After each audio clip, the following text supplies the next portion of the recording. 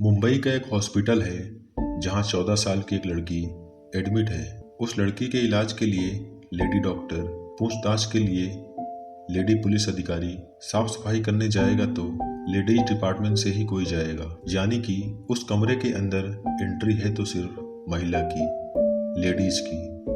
इसके अलावा कोई भी व्यक्ति पुरुष नाम से न तो कोई वहां एंट्री होगी, ना ही पुरुष का नाम वहां लिया जाएगा। दरअसल वो लड़की पुरुष नाम से इतना भयभीत है, इतनी डरी हुई है कि नाम सामने आते ही लड़की की सांसें जोर जोर से चलने लगती है। उसे देखकर ऐसा लगने लगता है जैसे कि वो मर जाएगी। 11 सितंबर की शाम 5 बजे तक भी वो लड़की जिंदगी की जंग लड़ रही थी और सांसें उसकी ऐसे ही चल रही है। उसे वाकई बहुत सारी प्रार्थना की जरूरत थी। वो लड़की दिल्ली की निर्भया से कम नहीं, क्योंकि उसके साथ भी कुछ ऐसा ही हुआ था, बल्कि उससे ज्यादा कहे तो कम नहीं होगा। आज की जो ये सच्ची घटना मैं आपको सुनाने जा रहा हूँ, ये सच्ची घटना है महाराष्ट्र के पुणे शहर की। दरअसल यहाँ एक थाना है बनवारी, और इसी थाने क्षेत्र में रहने वाली एक लड़की जिसकी उम्र महज 14 साल है। उसके माता पिता किसी नर्सरी में काम करते हैं, पेड़ पौधों की रखवाली उनको तैयार करते हैं। ये 31 अगस्त की रात 10 बजे के आसपास की वारदात है। यह लड़की अपने दोस्त से मिलने के लिए पुणे के रेलवे स्टेशन पर पहुंच जाती है। वहां जाकर उस लड़के का इंतजार कर रही थी। रात के 10 बज चुके थे, मगर उसका दोस्त नहीं आया, जिसको लेकर वो परेशान होने लगी। अचानक ही उस लड़की की नज़र एक ऑटो वाले पर पड़ जाती है, और जैसे ही ऑटो वाले की नज़र पड़ती है और ऑटो वाला उससे पूछता है कि तुम क्यों रो रही हो, क्यों परेशान हो, क्या मैं तुम्हारी कोई मदद कर सकता हूँ। तो लड़की को एक सहारे की जरूरत थी। उसे लगा कि शायद ये जो व्यक्ति है, लगभग जिसकी उम्र 30 साल थी, उसने अपने उस दास्ता को सुना दिया, बता दिया और कहा कि वो अपने घर वालों के बिना मर्जी के यहाँ रेलवे स्टेशन पर अपने दोस्त से मिलने के लिए आई थी। दोस्त नहीं आया, इसलिए वो परेशान है। इतना सुनने के बाद वो ऑटो वाला वहां से चला जाता है और करीब 10 मिनट के बाद फिर वापस लौट कर आता है। उसने कहा कि जिसका तुम इंतजार कर रही हो, दरअसल वो लड़का बाहर खड़ा हुआ है और वो यहाँ आना नहीं चाहता। वो शर्मिंदा है अपने किए पर जो लेट हो गया है, इसलिए मेरे साथ चलो और मैं तुम्हें उससे मिला दूंगा।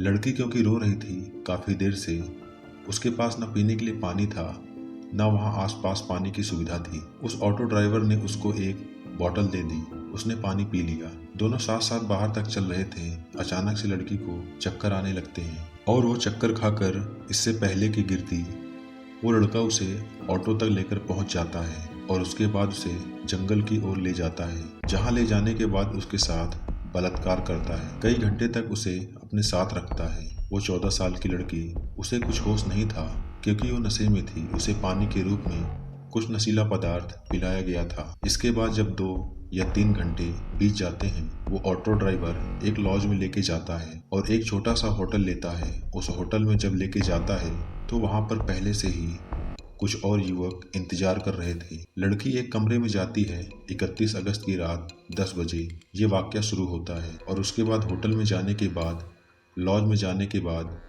उस लड़की को अंदर कमरे में बंद कर दिया जाता है और उसके पूरे कपड़े उतार दिए जाते हैं। यानी कि उसके बदन पर एक भी कपड़ा नहीं था।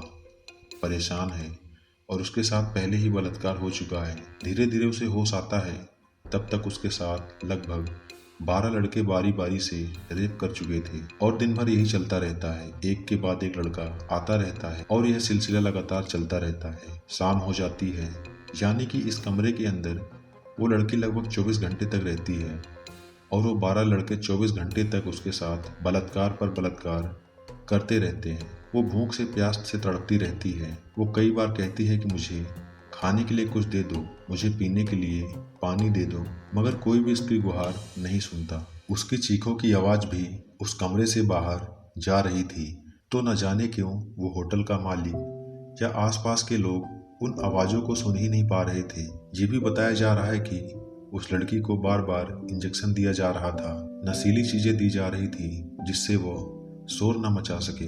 इसी बीच वो लड़की बार बार रिक्वेस्ट करती है, माफी मांगती रही, उसे बचाने की गुहार लगाती रही। इन 12 लड़कों में से एक लड़के को दया आ जाती है और उसके बाद ये लड़का उस लड़की को लेकर मुंबई के दादर रेलवे स्टेशन पर छोड़ देता है। अब ये आरोपी 12 के 12 फरार हो चुके थे। इन्होंने सोचा कि शायद अब वो लड़की चली जाएगी। दादर रेलवे स्टेशन पर जाने के बाद वहाँ 2 सफाई कर्मचारी मिलते हैं और 2 सफाई कर्मचारी उस लड़की की हालत को देखने के बाद उसके साथ बलात्कार करते हैं। यानी कि अभी वो उन लोगों से बची थी कि 2 सफाई कर्मचारी ने भी उसके साथ बलात्कार जैसी घटना को अंजाम दे दिया।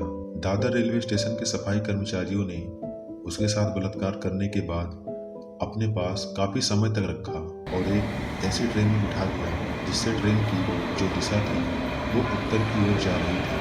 कई 100 किलोमीटर का सफर करते करते लड़की चंडीगढ़ पहुंच जाती है। एक कोने में डरी हुई सही बैठी रहती। इस बीच न जाने कितने लोग आते जाते हैं मगर किसी भी व्यक्ति की नज़र उस लड़की पर पहुंची ही नहीं। वो बहुत बड़ी परेशानी से गुजर रही थी पर उसकी परेशानी किसी को दिखाई नहीं दी।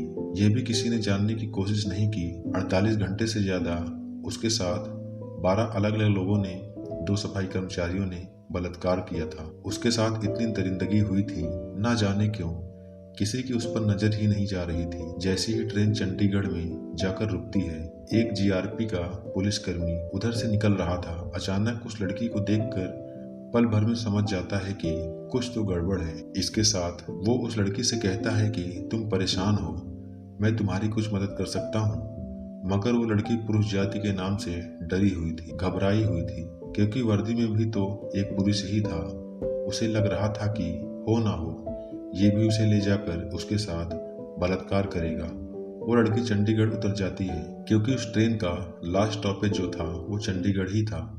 अब वो रेलवे स्टेशन पर उतर जाती है और डरी सहमी एक जगह बैठी होती है। मगर वो पुलिस वाला बहुत अच्छा इंसान था। उसने CWC यानी चाइल्ड वेलफेयर कमेटी से संपर्क बनाया। वहाँ की एक महिला अधिकारी तत्काल मौके पर पहुंची, उस लड़की को खाना खिलाया, उसे अपने पास बिठाया और घंटों तक उसको दुलारती रही, पुचकारती रही। एक माँ की भूमिका में उस महिला अधिकारी ने उसका कुछ ही घंटों में दिल जीत लिया। दिल जीतने के बाद उसने लड़की ने आप बीती बात बताई और पूरी कहानी घर से निकलने से लेकर चंडीगढ़ पहुंचने तक की एक एक वाकया बताया। तो महिला अधिकारी का रो रो कर बुरा हाल हो गया और साथ ही जो अधिकारी जो पुलिस वाला था वो अलग रोते रोते उसका भी बुरा हाल हो गया। बात रोने वाली भी थी कि किसी भी व्यक्ति के साथ किसी भी बहन के साथ इतना भयानक वारदात अगर होती है तो शायद आंसुओं के अलावा और कुछ भी निकलेगा ही नहीं। तो उन दरिंदों के लिए बद्दुआएं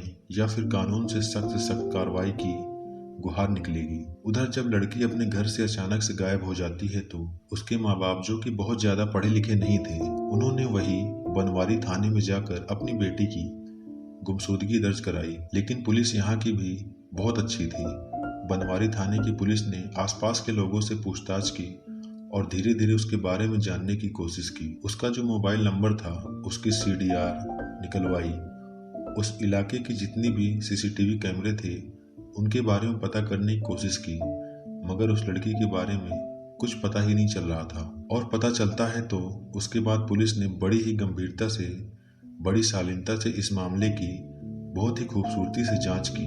यानी कि इस पूरी कहानी में पुलिस की जितनी तारीफ की जाए उतनी ही कम है। जैसे ही चंडीगढ़ की पुलिस बनवारी पुलिस से कांटेक्ट करती है तो उसके बाद यहाँ से उस लड़की को हवाई जहाज के माध्यम से मुंबई लाया जाता है और मुंबई लाने के बाद उसको हॉस्पिटल में एडमिट कराया जाता है। जितना भी स्टाफ है टोटल के टोटल महिला स्टाफ ही इस लड़की की इलाज में, उसकी खिदमत में, उसकी हर जरूरतों को पूरा करने में लगा हुआ है क्योंकि वो लड़की पुरुष जाति के नाम से डरी हुई है, घबराई हुई है। इसके बाद जब पुलिस ने मामले की जांच पड़ताल शुरू की तो 100 से ज़्यादा CCTV कैमरे को खंगाला गया और खंगालते खंगालते आखिरकार पुणे के रेलवे स्टेशन पर एक ऑटो जाता हुआ मिलता है। उसी में वो लड़की थी और उसी ऑटो का नंबर उस CCTV में कैद हो जाता है। पुलिस ने उस आरोपी को जिसकी उम्र लगभग 30 साल थी उसको गिरफ्तार किया, उसको पकड़ा और एक एक करके जितने भी लोग थे यानी कि 12 के 12 लोगों को पकड़ा। उसके बाद इस लड़की ने जो बताया था, अपना बयान दिया था, दादर रेलवे स्टेशन का उन दोनों सफाई कर्मचारियों को भी पकड़ा। फिलहाल पुलिस ने अभी तक इस मामले में 11 आरोपियों की गिरफ्तारी कर ली थी जो इसके सीधे सीधे तौर पर जुड़े हुए हैं। मैं सैल्यूट करता हूँ उस पुलिस को जो जीआरपी पुलिस का सिपाही था, और मैं सैल्यूट करता हूँ उस महिला को जिसने इस लड़की का दिल जीता, जिसने उन लोगों को हॉस्पिटल तक पहुँचाया। और मैं सैल्यूट करता हूँ उस पुलिस को जिसने इस मामले को महज 5 या 6 दिन में ही खंगोल कर सबके सामने रख दिया। इस कहानी को सुनाने का उद्देश्य भी किसी को परेशान करना नहीं है, किसी का दिल दुखाना नहीं है, बल्कि आपको सचेत करना है, आपको जागरूक करना है। आप जहाँ भी रहें अपना ख्याल रखें और सुरक्षित रहें। दोस्तों, आपकी क्या राय है? कमेंट बॉक्स में जरूर बताएं। ऐसी ही क्राइम से जुड़ी जानकारी पाने के लिए हमारे इस चैनल को सब्सक्राइब जरूर कर लें। तो मिलते हैं किसी अगली कहानी में, किसी अगली दास्तां में। तब तक के लिए अपना और अपने आसपास के लोगों का ख्याल रखें। धन्यवाद।